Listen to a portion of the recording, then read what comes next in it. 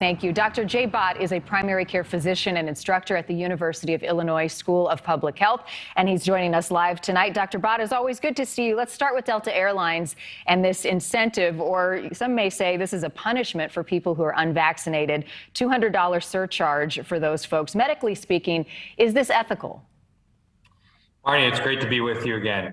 Now, I would say that it may seem simple on surface, but it's not, right? Even though insurance companies or organizations reinstate cost sharing, increase premiums, and think that it may align with certain public health goals, there are other actions that we need to double down on, including mandates with employers and schools, unvaccinations, intensifying education strategies, meeting people where they're at to prevent severe illness, hospitalization, and death.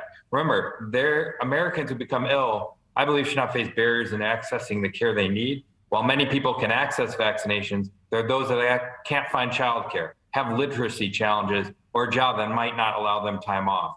But isn't this an example of a company thinking, well, this is a way to incentivize my employees to get it, or else I'm going to make them pay?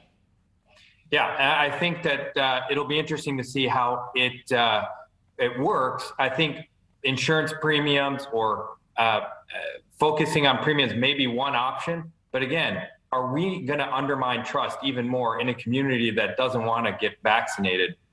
We've known that in my own practice, I've had 4 or 5 conversations to bring people along.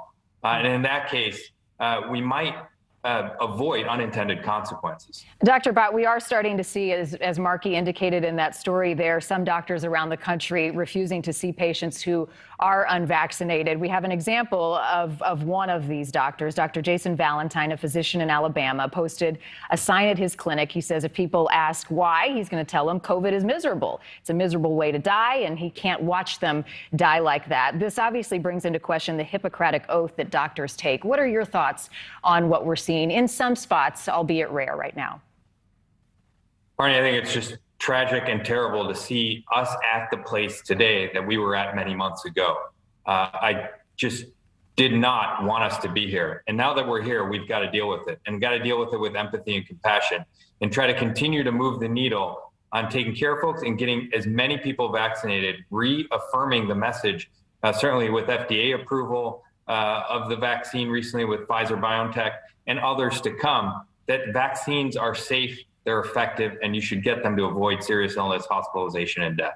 Dr. Bott, before I let you go, I want to get your thoughts on the J&J booster news that was out today. A second shot can offer a strong immune response. One question I keep hearing from people is, can I mix up the shots? If I got the Pfizer, can I get the J&J? If I got the Moderna, can I get the J&J? How does that work?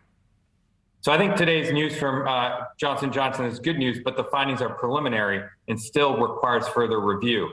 And we don't have great data on mixing studies. And if we're seeing good responses from both the 2-dose mRNA vaccines and the J&J vaccines, whether it's on booster or the doses that people are getting currently as it works with the Delta variant, I don't think we should change course.